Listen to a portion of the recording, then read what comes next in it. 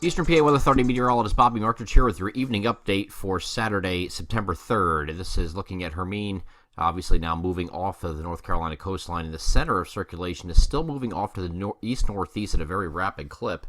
Here's the very southern portion of southern New Jersey, and there's Delaware right here on the Maryland eastern shore. It is moving away currently, but don't let your guard down. A lot of people are saying, "Oh wow, the sun came out today. We weren't expecting that." If you paid attention to our timeline, the worst we expected this to be was going to be most likely later Sunday night, and the first part of Monday. That's when we think the system will come out here like this. It'll start to turn and then retrograde back toward the coastline and strengthening during this process. We can still see a very formidable system on satellite, on visible satellite here, and it's still wrapped up pretty nicely. This is now post-tropical, which means that you have a cold chord center and no longer warm chord, but that does not make much of a difference as far as impacts are concerned. You still have winds that are 70 miles per hour sustained with this system, so it's still behaving like a tropical cyclone, still behaving like as far as impacts would go, but just from the technicality standpoint of cold chord versus warm, this is now post-tropical. Let's go over the radar. We did have some rain this morning, quite a bit of rain here in southern Delaware over Sussex County, and also we had some rain this morning over Cape May County. That has now moved away, and this system has mostly, as you look at the satellite again, most of this precipitation is over here on this side of it, the north and east side of it, and we do think once it gets captured, which we'll talk about in a minute, we do think once it gets captured, this will start to fill around on the left side, and you're going to start getting some bands around the left side as well, and that's when we start expecting this to retrograde to the west. That's why we have some concern for just the shore points. I'm not really concerned about the interior here. We talked about this morning. I got a lot of negative feedback from this, and look, guys, you definitely can disagree with me. I'm not dead. This is a free country, obviously, but just believe me, I know what I'm talking about when with this stuff. I'm not speculating when I say that this is not going to be a big impact for the interior. I'm getting a lot of people, a lot of hate mail, in fact, saying that this is going to impact the interior far greater than I'm leading people to believe. I don't think so. I really don't. I went to school for this stuff, so I'm not just guessing here. So, again, you're entitled to your opinion, but I don't see that happening. I know some people are watching the news and the media that may be misled a little bit, or maybe not. I don't know. But this is a look at the radar right now. It doesn't look like much of anything across. As a matter of fact, we had partly to mostly sunny skies across the interior today. But, of course, we're not talking about the impacts being felt until later Sunday, and that's what we're worried about going forward, because looking at the National Hurricane Center track, does have it continuing off to the east-northeast, and then eventually coming to a point where it's going to run into a wall and start being pulled backwards here, and then eventually start meandering out in this direction like here. This is the latest track from the National Hurricane Center, the official track. And you can see the H's inside here. These are all the circles, the empty circles here that are not filled in with black. That would be a tropical cyclone. They are not tropical cyclones. These are empty circles. This would indicate a post-tropical storm, but then is expected to return to basically Category 1 hurricane strength, but post-tropical in the sense that it doesn't have a cold core, or it doesn't have a warm core. It does have a cold core. Then it's going to eventually start heading off northeast and weaken and get out of our area by the time we get to the middle of the week into the latter part of this week. So let's go over to the GFS and take a look at this. The 18Z GFS that just came out, very similar to the European model, very similar to our thoughts here at Eastern PA Weather Authority. This is where we're expecting it to be right now, 1,001 millibars. I'm going to show you a graphic right now from the SPC that's going to indicate that this is actually pretty close. We're going to move this a little bit forward and show you what this does. It continues to move off the east-northeast, then comes to a point where it stalls and starts to retrograde. And the reason it's doing that is you have this high pressure that's sitting off the top here, over the top of the system, is not allowing it to run through this block. So consider it kind of like a roadblock. It can't run through that. So instead, high pressure flow, of course, being around high pressure like this in a clockwise manner, is pushing this back toward the coast. But it's not going to get too far to the west. It will retrograde and loop. I don't expect this to be a big retrograde. I expect it to come out here like this, come back here and do a loop, and then head back out in this direction like this. This is what I expect it to do. And this is Bobby Martridge. This is what I expect this thing to do. Okay, what's going to end up doing that is you're going to have an upper level low that's going to capture this eventually. It's just a matter of when determines on how far west this comes. Here's the GFS. Does come back toward the coast, and you can see now this is later Sunday. Look what happens. You get the rain coming back in, and these bands coming in from the west. It is starting to fill in on the west side, and the bands, the feeder bands, are going to come in from the west and just pound the coastal regions of South Jersey, especially from about Toms River, or actually Sandy Hook, all the way down to Ocean City, Maryland, are going to get hit pretty hard with these feeder bands. This is why we think that the worst conditions will be right on the coast. But look at the interior. Nothing going on here, folks. Nothing.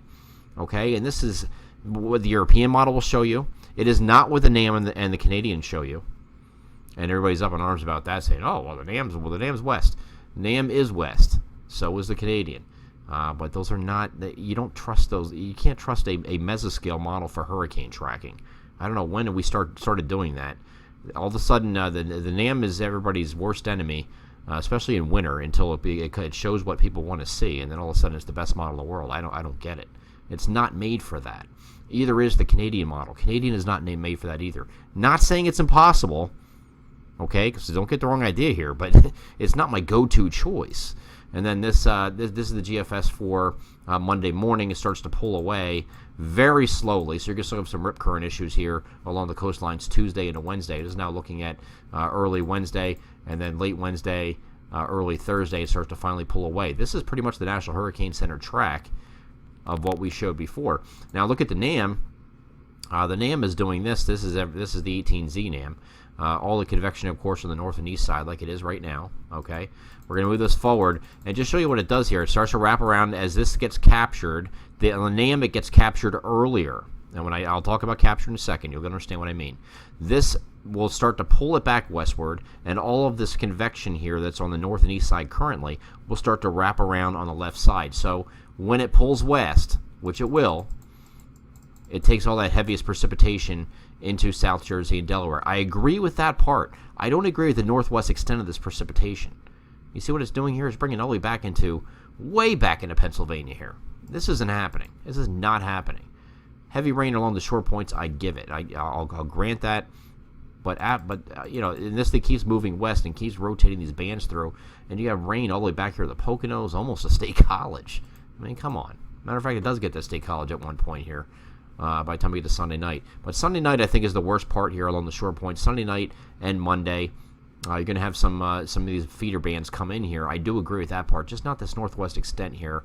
So don't get excited when you see the NAM coming further west. It's not really made for this kind of system.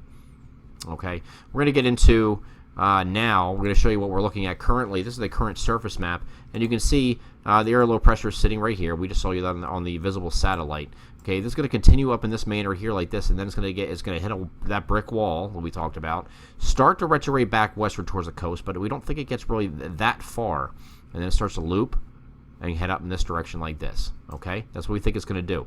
Even being right here, though, you still have the coastal areas getting inundated, so the coastal regions will still get hit hard.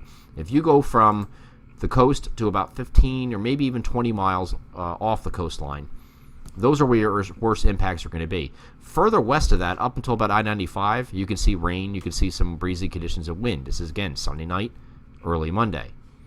Further northwest than that, I don't think I'm seeing anything here. I don't see it happening, okay? And what's going to be the difference of this, we're going to change it to another vantage point. The difference is, in order for this to get captured, this is looking at 500 millibars now on the low based on where the wind direction, you can see these little wind barbs here, where the wind direction is all consolidating is right in this area right here, okay? So here's your area low pressure at 500 millibars. This is at 18,000 feet.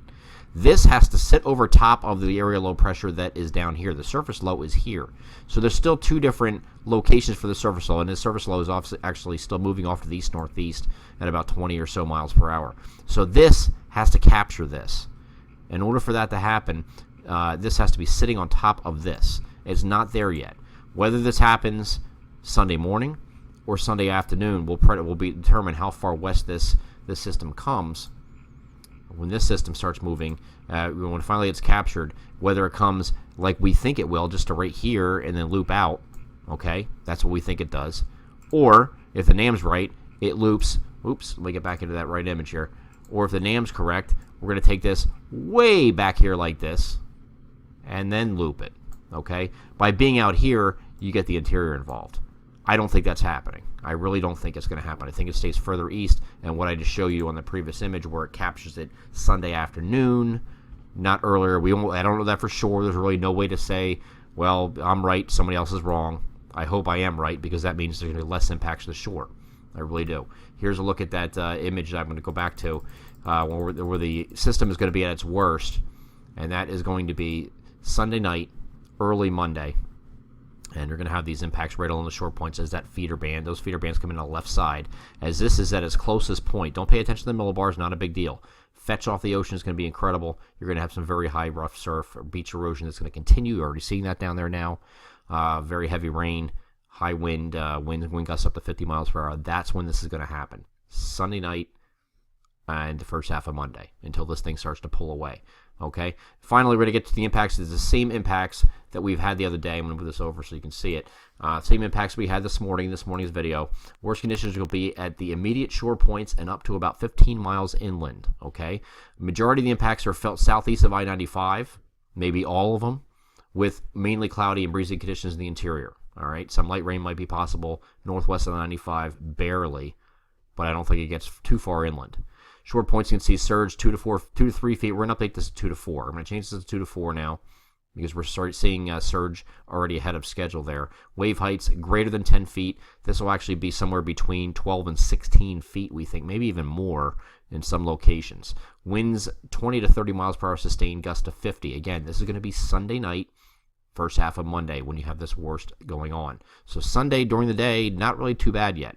Rain 2 to 4 inches or greater, locally higher amounts, and that's going to be right along the coast. Dramatic drop-off with winds of rain over 15 miles inland to 15 to 25 sustained, gust to 40. Rain 1 to 2 inches south and east 995 late Sunday and then first part of Monday. Okay, so that's when your rain window is there also. As that feeder band comes in, you are going to get that into western New Jersey as well. How far west that gets, I don't think it gets very far. Maybe to Philadelphia, in extreme southeastern New Jersey. Not too much farther than that. Northwest of I-95, breezy, 10 to 20 mile per hour winds with gusts up to 30 miles per hour. Light rain Sunday night, a possibility. I'd give this about a 30 or maybe 40% chance. If you live in Allentown, you live in Lancaster, I don't know if it gets there. I don't think so. Poconos, probably not. Okay, we're going to continue to monitor the situation, obviously through the night, and again on Sunday morning. We'll have another update tomorrow morning based on the overnight runs, but right now, that's all I have for you. I'm Eastern PA Weather Authority meteorologist Bobby Marchers. That is your Hermine update for Saturday evening, September 3rd. Have a good night.